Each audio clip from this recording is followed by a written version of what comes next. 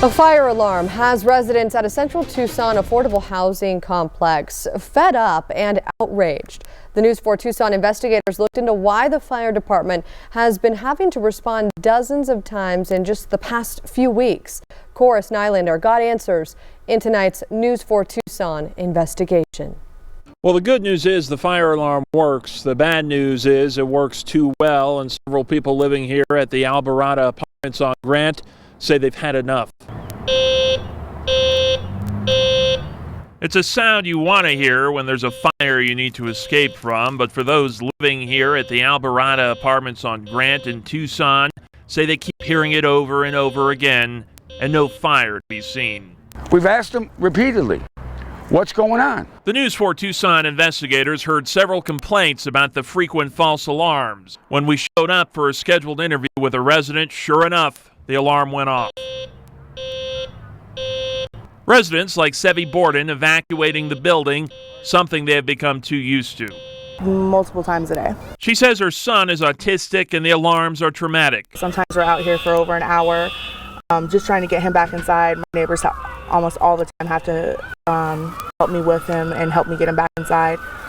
And it's just disruptive. It completely ruins a routine. The N4 Tucson investigators asked Tucson Fire Chief Chuck Ryan how many fire alarm calls they've been getting at the property, which opened in August. He says in just the past 90 days, they've responded 42 times, but there have been even more alarms. And in that same time period that there were 42 responses, there were over 102 alarm activations captured on the data device for the alarm system. The building is managed by a company called Stone Corner Real Estate and Development, which shares an address with La Frontera, Arizona. La Frontera's director of community housing was on scene during the fire alarm we witnessed. We obtained this letter sent to tenants from management claiming the issue is residents smoking or vaping and threatening a zero-tolerance policy and eviction for violators. Stone Corner's director of operations in a statement also said smokers are the likely cause, but noted people cooking could also set it off. Last 5 times that this alarm went off, it registered in my room.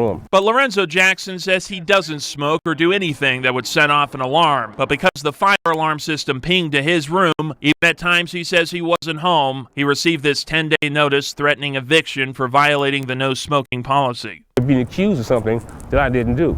The problem can't be corrected because it has nothing to do with me.